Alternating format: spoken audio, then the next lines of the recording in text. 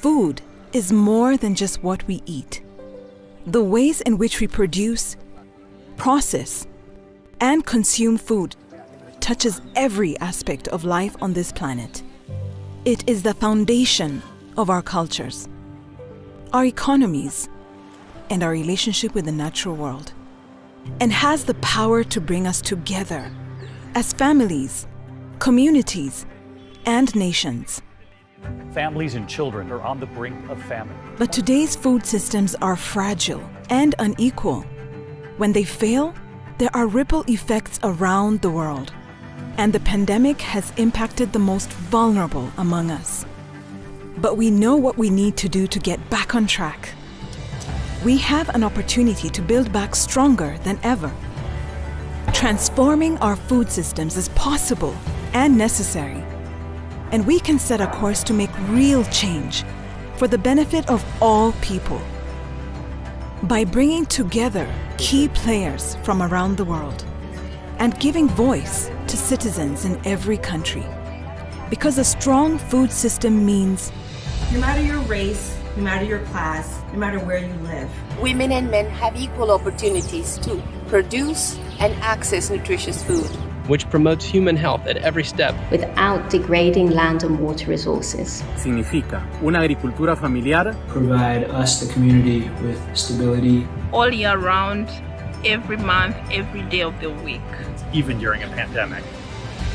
We are all connected, and we all have a responsibility to act. We must be bold. We must think and act differently. Transforming our food systems is the most powerful action we can take to solve our biggest problems. Because together, we can build a just and resilient world. A just and resilient world where no one is left behind. Where no one is left behind. Where no one is left behind. Where no one is left behind.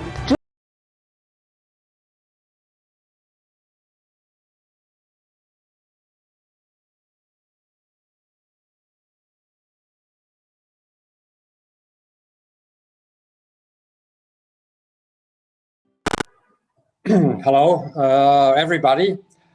My name is Heinrich Katz, and I am the treasurer of IPIFF and member of the executive committee. I hope my colleague Konstantin will start now the presentation to give you a short introduction to the objectives of today, and what we expect for this meeting or for this event. So some housekeeping, please keep your microphone on mute. In case you have technical difficulties, and we already figured one, please contact the Secretariat of IPIFF. You may share the YouTube link of this webinar on social media using the hashtag at IPIFF UNFSS. We invite you to introduce yourself in the chat box. However, today we won't be able to answer questions asked in the chat. The time is too short. The International Platform of Insects for Food and Feed is mostly European organization. We have some more international members outside of Europe, but you see the flags here. The main participants, the main members come from Europe. We have 4 different categories: the ordinary members with full voting rights, then the associate members who will grow startups, and sooner or later they will become ordinary members. Then we have academia, research institutes and universities, and then the observer members, mainly technology providers or other interested companies, institutions, which don't produce real insects, but have an interest in the sector. Next slide. So here you see the timeline, how IPIFF did grow. So back in 2012, the FAO expert group met at Rome and assessed the potential of insects as food and feed. April 13, 2015, we had a formal establishment of IPIFF as EU umbrella organization. And this year, the famous European Food Safety Authority risk profile with the opinion of 80 scientists was published, and also the adoption of the new EU novel food legislation was executed. Then a major milestone in December 2016, EU member states approved the EU Commission proposal to authorize insects in aquafeed. This is effective since July 1st, 2017. In November 2017, we had our first annual conference, which was then a major event the following years. Unfortunately, 2020, we couldn't execute or have a conference, but this year we are planning one by end of November. It will be probably a hybrid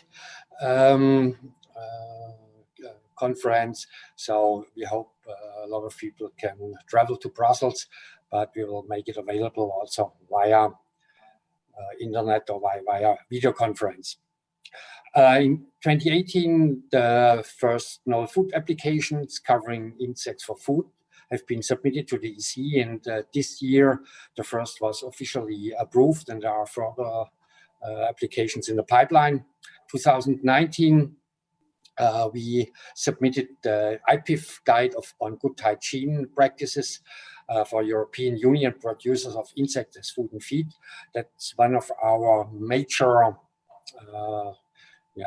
objectives, to set the baselines, to set the parameters, the rules for the industry, that we really have a very high level of food safety and food security.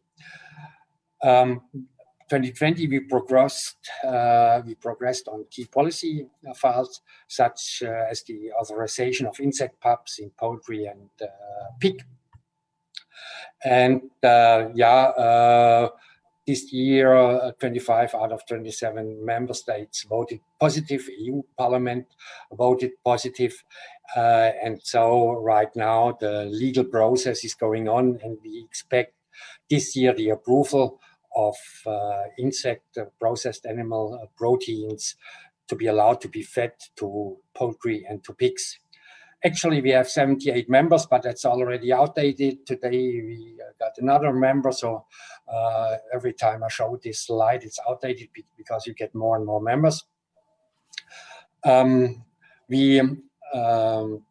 As I already said, 2021 was the first EU novel food authorization, and we expect the authorization of insect pups in poultry and swine feed, and we are setting the EU harmonized standards for insect frass, which is also a very important topic because we have three major products: the frass, the protein, and the oil. Today, we have already seen my introduction. We will have a keynote address from Dr. Badi Besbes from the FAO. We will hear the contribution or impulse speech talk of insect farming to the UN Sustainable Development Goals from our president, Adriana Casillas. And then we will have a panel discussion with the participation of Renata Clark from the FAO Caribbean and from Wolfgang Trunk from the European Commission. Thank you for this. And now I have the pleasure to give the floor to the keynote speaker of our event, Dr. Badi Besbes. Dr. Besbes is a senior animal production officer and the head of the Animal Production and Genetic Resources Unit of the FAO Animal Production and Health Division. He has more than 25 years of experience in the management of animal genetic resources, with a special focus on genetic improvement, characterization, and animal identification and recording. Today, Mr. Besbes will focus his intervention on how livestock and new farming systems can contribute to accelerating progress on the United Nations SDGs. The floor is yours, please, Mr. Besbes. Many thanks to the organizers of this event for inviting FAO to speak to you at the opening and to participate in the panel discussion on the contribution of insect farming to the UN SDGs. The livestock sector plays a critical role in sustainable food systems and can contribute directly and indirectly to all the SDGs. Eggs, meat, and milk provide affordable and essential proteins and micronutrients that are particularly important to the almost 800 million people in the world who are undernourished. Beyond food production, livestock play other important economic, cultural, and social roles and provide multiple functions and services, including animal traction, energy, and fertilizers for crops. As an essential part of the agroecosystems, they provide a range of important ecosystem services.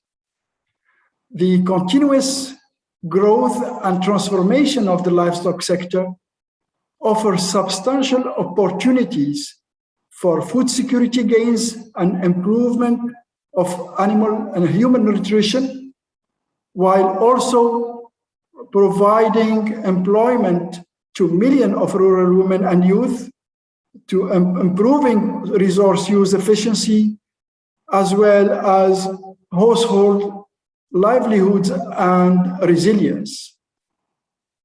But before all this can happen, we need to work together towards a socially, economically, and environmentally sustainable livestock sector.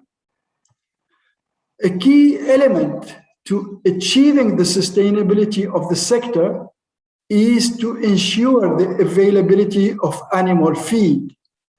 This includes reducing feed food competition and the sector use of natural resources. This also includes reducing the contribution of the sector to greenhouse gas emissions. Colleagues, the use of insect, the so-called six-legged livestock, as feed could be part of the solution. Insects are valuable feed ingredients with nutritional, functional, and environmental benefits. They have a high protein content, and thanks to their low requirements in terms of land, water, and other resources, they can represent a valuable and sustainable alternative to conventional protein-rich feed ingredients such as soybeans. Insects benefit also animal gut and human response and have valuable function characteristics that can contribute to animal welfare. According to some recent research studies, farmed insects can produce antimicrobial substances that could be used in livestock production as an alternative to antimicrobial drugs, especially for growth promotion. And this, in turn, can contribute to the containment of antimicrobial resistance. Colleagues, we should not forget that around 1/3 of the world's food is lost and wasted every year. Losing food implies unnecessary pressure on the environment and the natural resources that have been used to produce it. The use of insect as a feed resource is an important element in circular agriculture. Insects can be used to recycle food loss and waste, thanks to their ability to convert low-quality biomass into high-quality protein for feed.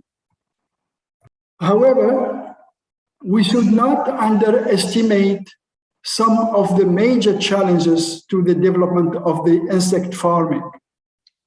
This includes limited scale of the current insect farming, high production costs and prices, and biosafety and legislative barriers. In order for the livestock sector in low and mid-income countries, as well as in emerging economies, to benefit from a larger use of insect products as a feed sources, current challenges must be adequately and jointly addressed by regulators, researchers, and the private sector as a whole. Definitely, FAO stands ready to take up the challenge and to collaborate with the relevant stakeholders towards the provision of scientific advice, awareness raising, dissemination of information, enhancement of multi-stakeholder dialogue, capacity development, and scaling up of successful experiences, among other actions. Dear colleagues, I wish you a fruitful meeting and look forward to working with you in this important and promising field that is insect farming. Thank you. Over to you, Chair. Thank you very much, Mr. Besbes. Very good points you made, and it is very good sound in my ears if you are talking about waste which can be used by circular economy, and a portion of the circular economy are insects. So as you said, there are legal barriers, and of course we have to consider biosafety. I think these are the two major issues, but then we can release the chains and then grow and have the capacity, and hopefully the prices and the costs are going down then. Thank you very much for your very inspiring talk. Thank you. Now I have the pleasure to welcome the next speaker, Adriana Casillas, our newly elected president. Adriana is the co-founder and the CEO of Tebrio, a Spanish company focusing on the production and processing insects for food, feed, pet food, and also industrial applications. Having an MBA specialized in agri-food industry, Adriana Casillas is managing the company since 2014. She is a member of IPIFF since 2016, having acted as vice president of IPIFF in 2018 to 2021, so to this year spring, and then we elected her in June as president. Adriana, the floor is yours. Good morning, good afternoon, and good evening to our guests from all around the world. Thank you, Heinrich, for your introduction, and thank you, Mr. Besbes, for your inspiring remarks as keynote speaker. I also take this opportunity to thank our speakers. In today's talk, I have the privilege to speak on behalf of IPIFF in my capacity as president, highlighting how insect farming can make a bolder contribution to the United Nations Sustainable Development Goals. Considering the time limitations, I will stick to a couple of general elements, and in case you have questions, I kindly ask you to contact the IPIFF Secretariat after this event. Here is an overview of the subjects I will present today. In the section Why Insects, I will start by focusing on the drivers that call for the development of fit-for-purpose solutions to the global challenges. I will resume by explaining how we can reconnect agri-food supply chains by incorporating circular business models in the second section. Lastly, I will conclude by highlighting the importance of multi-stakeholders collaboration, a concept that lies at the foundation of our industry. Before going into the matters presented on the previous slide, I take this opportunity to focus your attention on how do we aim to tackle global agri-food challenges at the European level, as our association mandate is European. In December 2019, the new president of the European Commission, Ursula von der Leyen, launched the European Green Deal, an ambitious set of targets that aims at achieving climate neutrality in the EU by 2050. The Green Deal is strongly linked to the EU 2030 agenda priorities, and it reflects some of the UN SDG targets related to the agri-food matters in the Farm to Fork strategy. The Farm to Fork strategy aims at aligning EU's food system with the objectives of the Green Deal in the transition towards climate neutrality by 2050.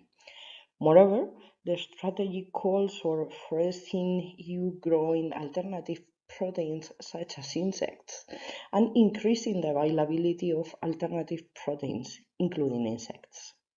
Therefore, this initiative recognizes the potential of our sector and highlights the support of the European Commission for the sectors like ours. Additionally, as you can see in the code on this slide, the Farm to Fork highlights some of the challenges of our food systems and calls for concrete solutions in order to accelerate the transition towards more sustainable food systems. On this note, entrepreneurs like myself and Heinrich and our colleagues active on IPIFF are convinced that insects have high potential to tackle these challenges, including a growing food waste burden.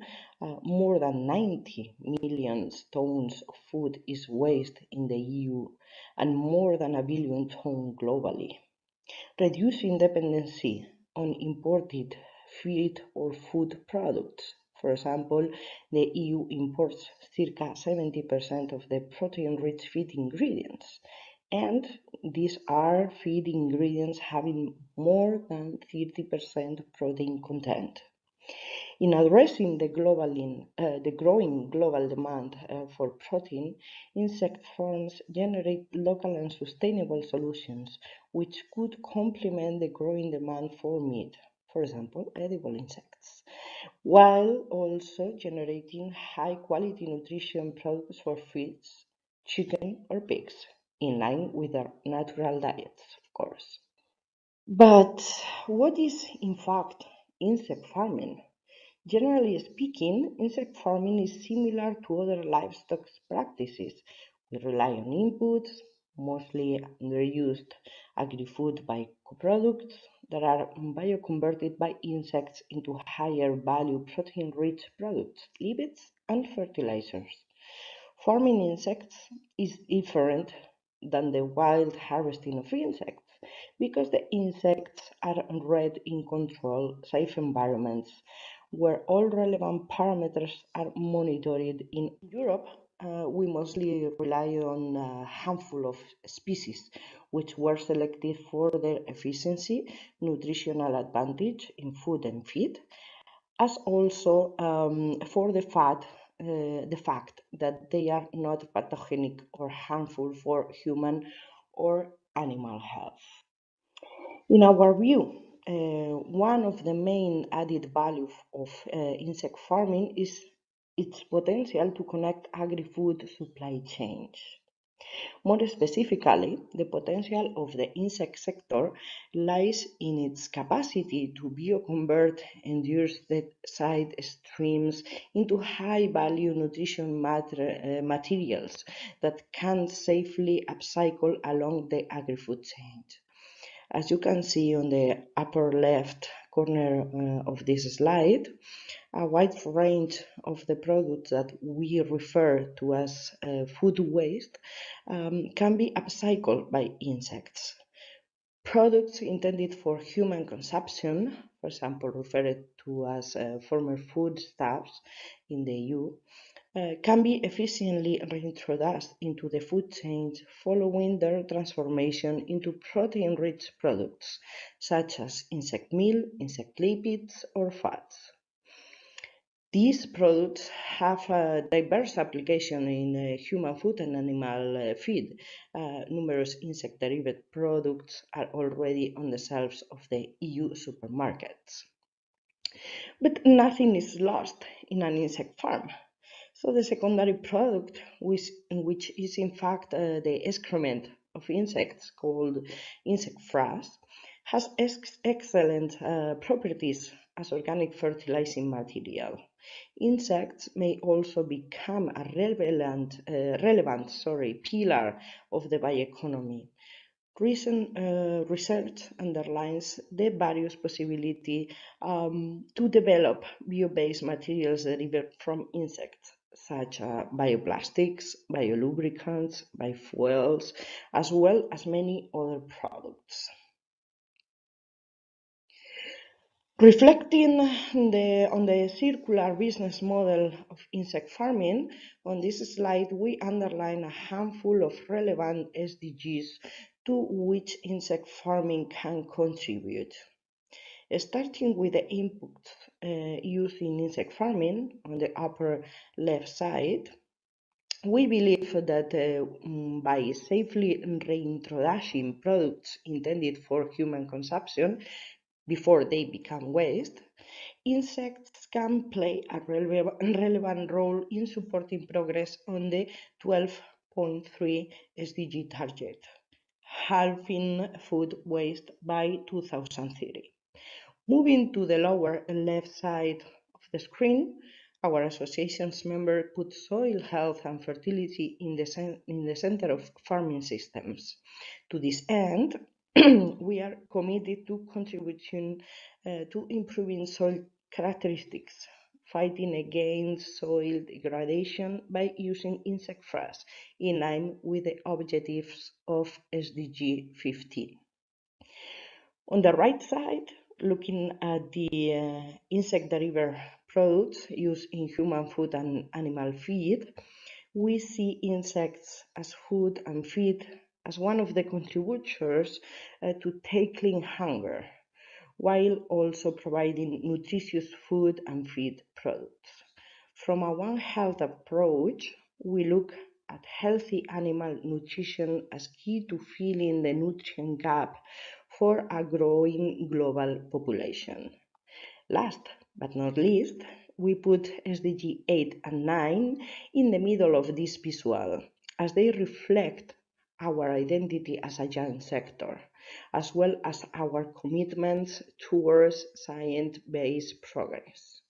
We view insect farming as a new farming sector that can support agricultural diversification, as such systems can be incorporated into already existing farming supply chains, generating additional sources of income for farmers. Complementary, as we have seen in Europe, the role of scientific developments was key in the advancement. R&D will play an even greater role in the future. In a nutshell, insect farming aims to produce more with less, reconnecting agri-food supply chains by relying on the unique bioconversion of insects. So, how to accelerate progress on these objectives? In our view, multi-stakeholders collaboration is the key to support the contribution of game-changing solutions to transforming global food systems. In IPIFF, we engage closely with a wide range of actors, developing brochures of or guidance documents that may be used by insect producers, documents freely available on our website. And more specifically, we collaborate with academic actors, and we developed a brochure on the research priorities of the insect sector. Also, we worked jointly with our members in order to develop a guide on good hygienic practices in insect production. And last but not least, we are engaging with other business associations and relevant stakeholders in order to strengthen our collaboration and to accelerate progress on the farm to fork objectives. Coming to my concluding remarks, it is in our view that learning from the experience we had at European level, collaboration at international level is key to foster a supportive regulatory framework. A possible way forward could be the development of baseline standards under the framework of the Codex Alimentarius, a matter we intend to consider more seriously together with our colleagues from the other regional insect associations, for example, AFIA, IPA, and NASIA. In the long run, regulatory 13 at international level would act as a catalyst in the growth of our sector and could be the key to maximize the contribution of the insect sector to the UN SDGs. Well, I thank you once again for your participation in this session, and I kindly invite you to follow our association's update on our social media platform. So enjoy the rest of the event, and thank you very much. Thank you very much, Adriana, for this comprehensive view on our policies and our objectives. I have now the pleasure to introduce Dr. Renata Clark. She has a background in food science and chemistry and over 23 years of experience in the FAO, where for many years she led the Food Safety and Quality Unit. In that role, she guided and oversaw the design and implementation of many projects aimed at developing capacities of people and institutions across the world in food control and enhancing countries' engagement in global food standard setting process of the Codex Alimentarius Commission. Since 2019, she leads the FAO Subregional Office in the Caribbean. Today, we welcome her as panelist, sharing insights on how innovative farming practices may contribute to strengthening local food and feed self-sufficiency. Renata, please, we are waiting for your impulse statement. Thank you. If someone could put up the presentation, great.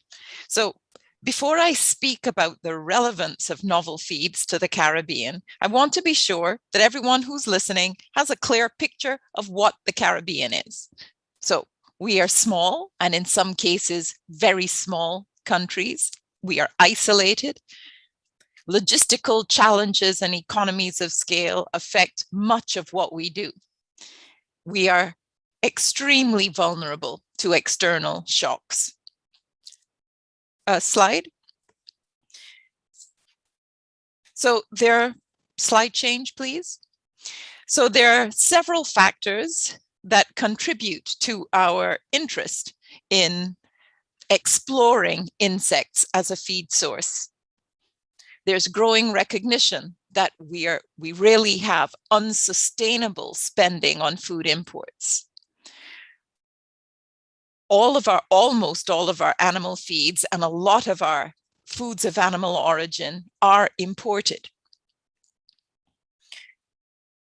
Heads of government around the Caribbean have made a strong political call to decrease the food import bill by 25% by 2025.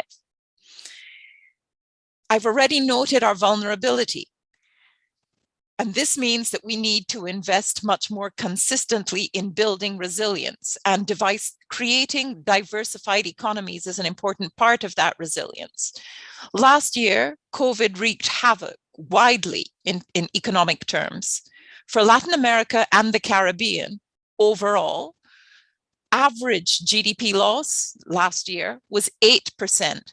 For many of the Caribbean countries, that loss was 20%. And the reason for that is we do not have diversified economies. We're very dependent on tourism.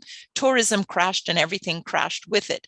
And coming out of this, countries are looking to agriculture to play a much more robust role in contributing to economic and social development. And there is a focus on livestock and aquaculture sectors development to be driving this. So however much feed we're using now, we should be using a whole lot more in the future. There is, too early, there is any high and growing inequality in the Caribbean. So inclusive and modular approaches to developing the feed sector will amplify social benefits. Another lesson that was learned, driven home through the COVID crisis, is the fragility of our food supply chains. With countries importing up to 80% of their food requirements, this has been signaled as a major food security risk. So there is a big push that we produce more. We produce more food, and that we are more self-reliant in the inputs that are needed to produce that food. In this case, since livestock is a leading sector, feed becomes important. Last but not least is the tremendous reduction on the environmental footprint using insects as a feed source rather than alternatives. Okay, new slide. So there are many solid reasons for our interest in insects as a feed source. We need the best and most current information on which to make decisions, and we do need it fast. The economics need to make sense. Slide change, well, or click, please. The economics need to make sense. As Mr. Besbes mentioned, the cost of insect-based feed right now is much higher than the alternatives. This isn't a good thing. But what is the cost structure? And would the cost structure be the same in the Caribbean? Can we identify locally or regionally available substrate that improves the feasibility equation? The background of this slide is actually sargassum piling up on the beaches in the Caribbean. And we see this for several months of the year. Is it possible that this could be an insect substrate? Of course, there are other locally available substrates that would need to be investigated, suitability tested. Right now, there are monopolistic models of feed production in most Caribbean countries. So are there technologies that could democratize the production of insect-based feed and feed ingredients so that there could be the engagement of numerous small-scale players? Slide. We don't want to create new problems while trying to solve the issue of feed availability. So, what are the biosecurity measures that have to be in place? How can we be sure that we are adequately and efficiently managing food safety risk, considering the specificities of our production systems?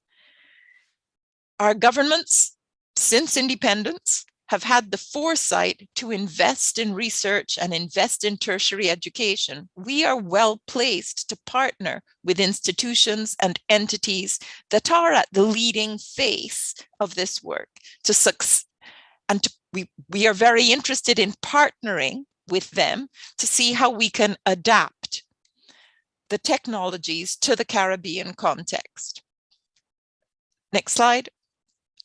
Just to say that there is a lot of excitement and interest in the Caribbean, and we're ready to partner with anyone who can help us certainly understand what needs to be done and get it right. Thank you. Dr. Clarke, thank you very much for your really emotional and empathic talk. I understand it's needed there. And to be honest, my questions I prepared for you are all answers. Because from my point of view, I would be interested in what are the major barriers in that. But you answered all this. These questions I have in mind. But from your point of view, how you see actually the situation? Are there already some smaller interest? We saw the shelves in the slide. Is there already some startups doing insect farming intensively? No, there are no startups at the moment, but there's a lot of interest. You know, we've been, and the preconditions that I did, you're correct, I did mention in the presentation, but just to underline them. I mean, never before has there been such high political commitment to developing agriculture in the Caribbean and facilitating investment in agriculture. You know, their public and private sectors both agreeing that, you know, small livestock sector is a priority for development, and stable access to quality feeds is an essential element. There is a readiness for innovation. Maybe this is something I can underline. The fact that we need to transform food systems and transform agriculture, it is not a slogan. There is a readiness for innovation and the recognition that we need to innovate to be able to increase productivity given per unit area, you know, where we are space challenged, and to do it in a very environmentally sustainable and socially inclusive way. So there is a high degree of readiness. And from your point of view, what are now the major barriers? Is it legal? Is it financial? Is it the availability of space, availability of substrate? Very pragmatically, it's the sure availability of top quality expertise to partner with us and help us figure it out. It's much less easy than I thought to find the right people with whom we can engage and push forward an agenda of certainly understanding what is the potential so that we can, you know, develop clear plans.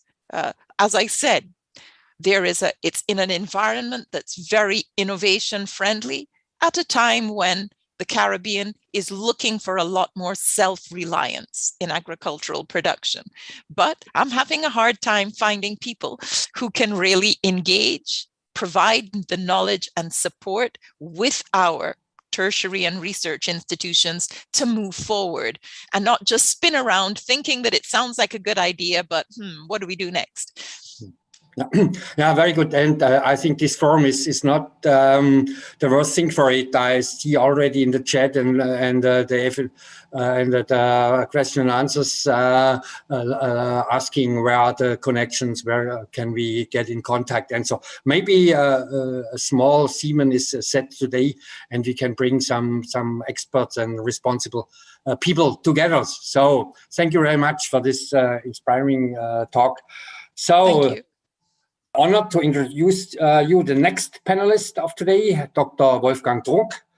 Dr. Trunk works as policy officer in the Directorate General for Health and Food Safety of the European Commission, also known as DG SANTE. He will speak to us today about how voluntary commitments may play an important role in the development of good practices, facilitating regulatory compliance. Wolfgang, the floor is yours. Yes, hello to everybody into the whole world from Brussels. I'm also pleased to be with you today, and I will give you a little bit, let's say, the frame from the European Union side of the whole story about insects as food and feed. And I can already, let's say, refer to the timeline presented by Mr. Katz. It was a little bit more or less the same how we did it from the European Union side. About 10 years ago, we started with our first strategic concept for insects as food and feed. And there were several milestones already highlighted by Mr. Katz, and mainly also the EFSA risk profiling about insects. And because when we started our work, we were aware that there's a lot of globally, a lot of scientific paper available about insects. But it was quite poor in terms of safety, food safety issues, microbiology, chemical risks, and therefore this was our issue with our aim with this food risk profiling for insects as food and feed, published 2015, and in the follow-up we made some important steps forward along the line of our strategic paper for the insects, which is also published on our website. So more or less, what was let's say my second message from my side is that along this let's say kind of development evolution that we had in the insect sector the last 10 years, and considering that it is really a very new industry, a new field, we were also a little bit cooperating with this sector, in this case also of course with IPIFF, because it was a mutual, let's say, learning phase that we also, the control authorities in the member states, had to get acquainted to this new business, to this new production of feed and food also. So this was also, let's say, on the example of the good hygiene practice mentioned by Mr. Katz already. This is one initiative which our legislation, food and feed hygiene legislation, we encourage such kind of guidelines or guides or codes for good hygiene practice. But in the end, it's the industry, the sector, who comes up with such kind of codes. And then we, as competent authorities, we coordinate as Commission let's say the endorsement of these codes. And for the industry, for the IPIFF code, we are still not yet finally done, but already the development, the elaboration then of this code done by IPIFF, and then commented by us, by the competent authorities from the member states and from the European Commission, then it got improved, and hopefully we can soon or after the summer break maybe finally give our blessing to this code. But as I said already, it's mutual. So also there is a big need from the control authorities in the member states to have this, to learn more about it, and to get these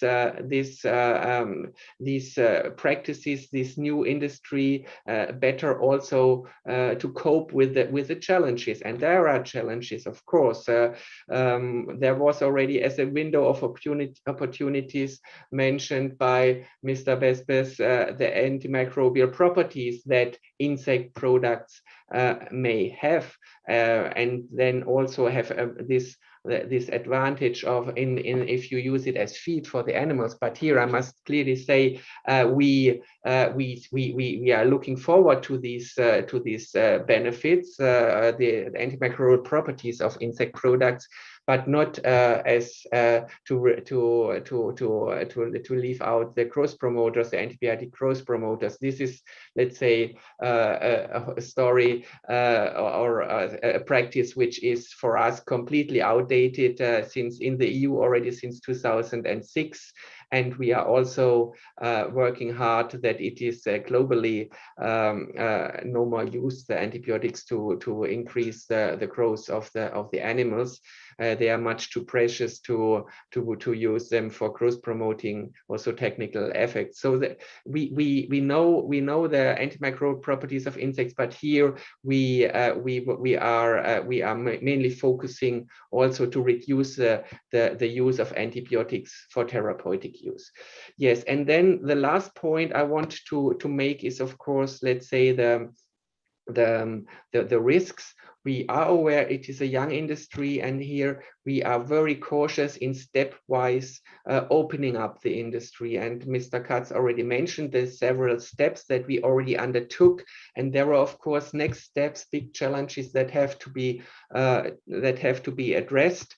And this is a little bit also, let's say, where we are working right now is you are aware our food waste reduction is one of our priorities here in DG SANTE, and of course we are having our food waste hierarchy, which says of course that if food is no more intended for human consumption, then the next valuable or the next step would be that it is used or valorized as animal feed, and here we are very keen to maximize this form of food into the feed chain, but all under with this disclaimer or warning that the safety of the feed chain and the integrity of the feed chain and whole food chain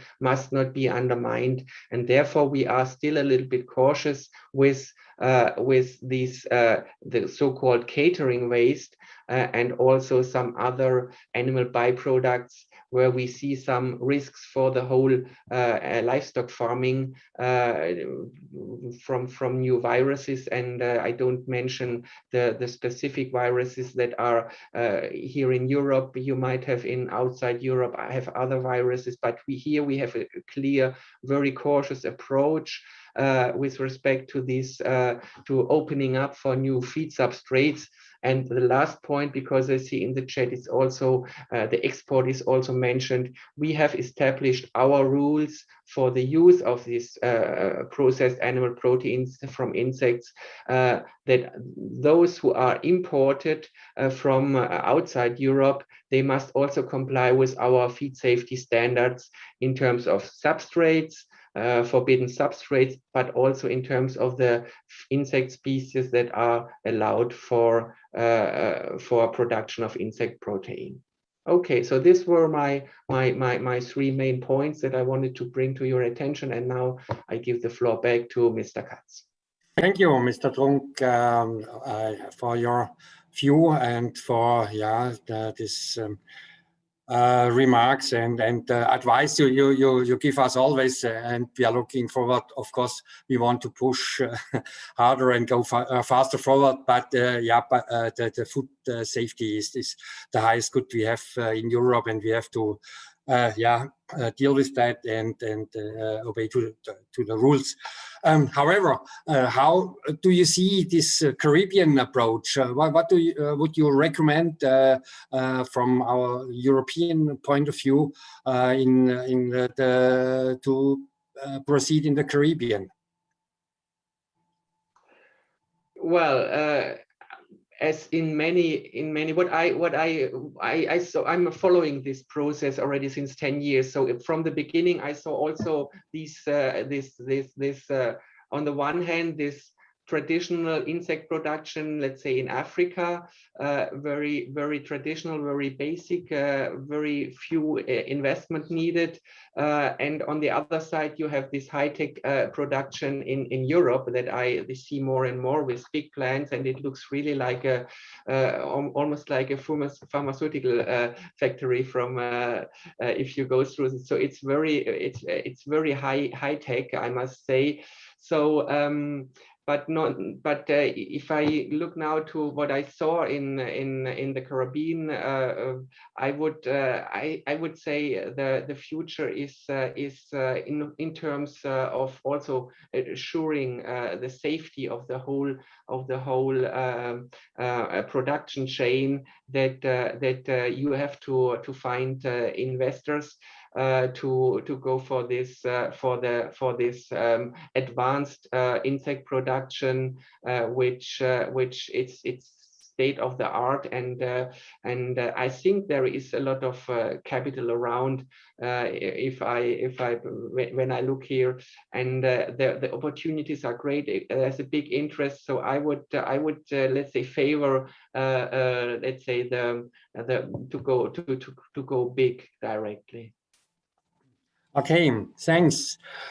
Coming back to Europe, from the point of view of the European Union legislator, how can actors on the ground, e.g. farmers, contribute to the development of legislation or creation of legislation, where this may be inexistent outside Europe? But there, first, how do you interact with the farmers, the final users?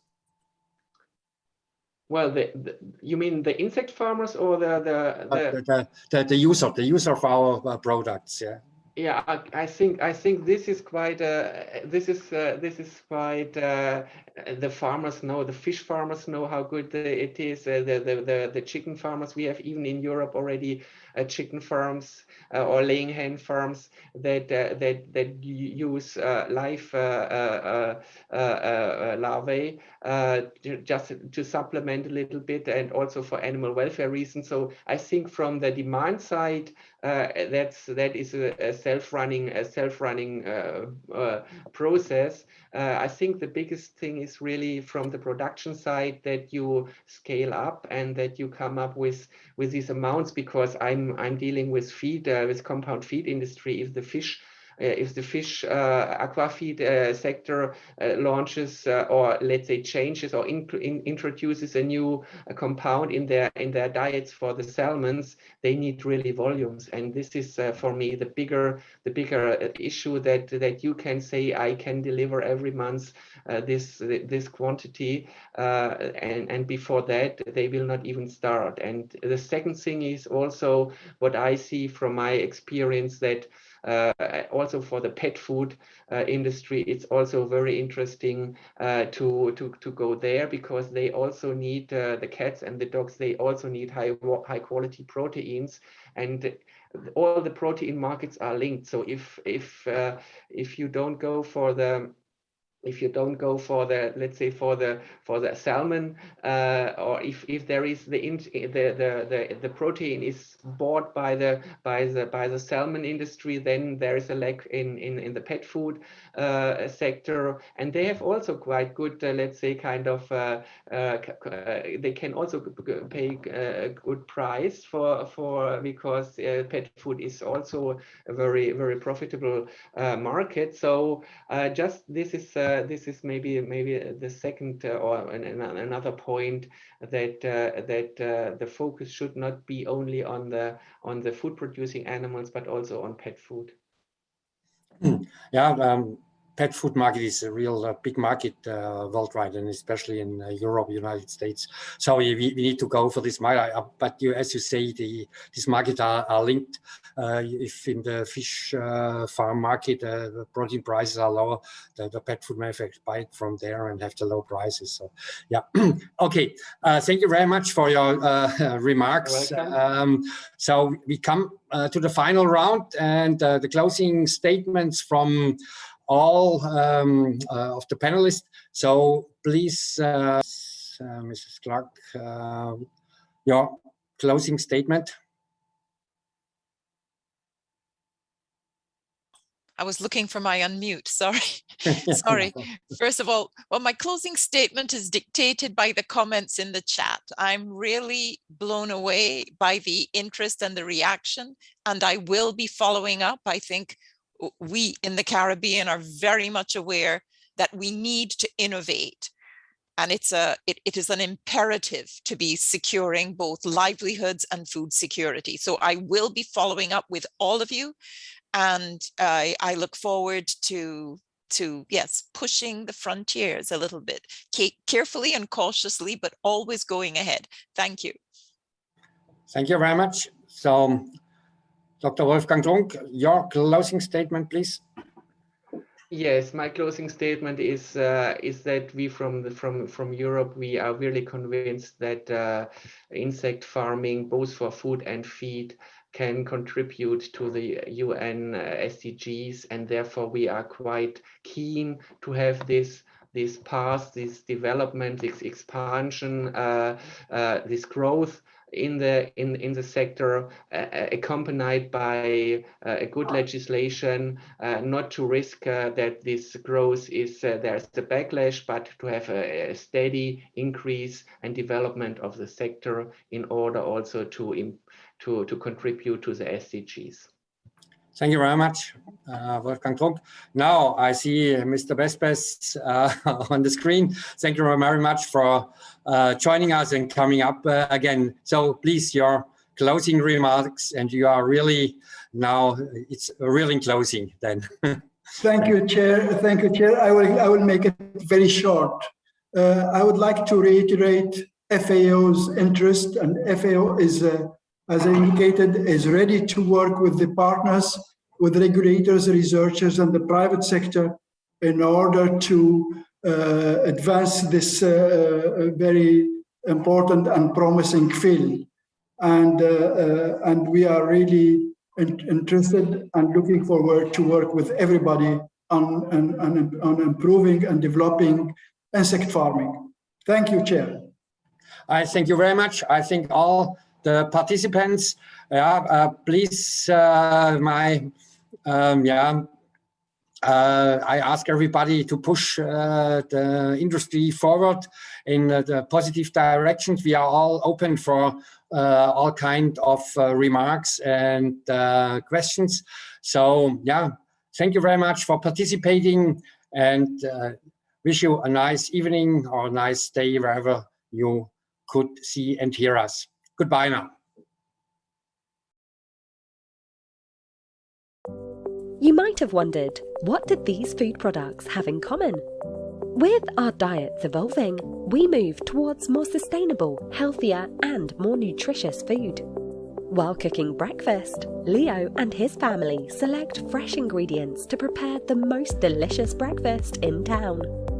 To fortify the waffles with proteins, Anna, Leo's daughter, suggested adding insects in the form of a versatile powder, which brings diverse nutrients that are necessary for a healthy meal. Anna was inspired to incorporate complementary food products into the diet of her family by her aunt, Victoria, who is a nutritionist.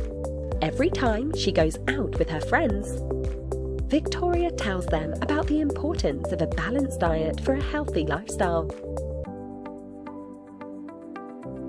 Being a flexitarian, Victoria tries to eat fish at least once a week, and her favourite dish is grilled fish. While Luca, Victoria's colleague from work, prefers the delicious insect burgers. Whenever she goes shopping, Victoria looks for fresh, EU farmed fish, fed with sustainable and nutritious ingredients such as insects. Along with fruit, vegetables and nuts, she also buys eggs from insect-fed chickens or meat from insect-fed pigs. Luca agrees that novel food products can play a key role in making our diet healthier.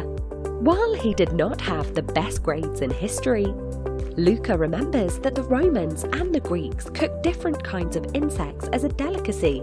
Listening to his friend's piece of advice, he adds whole insects to his salad or post-workout food. Across Europe, edible insects and insect-fed animal products are becoming more and more common. The European Commission also recognised the potential of novel sources of protein and committed to fostering EU-grown proteins, including insects, under its Farm to Fork strategy to facilitate the development of the EU regulatory framework. Since 2015, IPIFF works closely with the European Commission and EU member states. representing insect business operators from over 20 countries in EU's capital, Brussels. IPIFF plays a central role in bridging the gap between insect farming and policy making. Looking for ideas about how to make your diet more sustainable?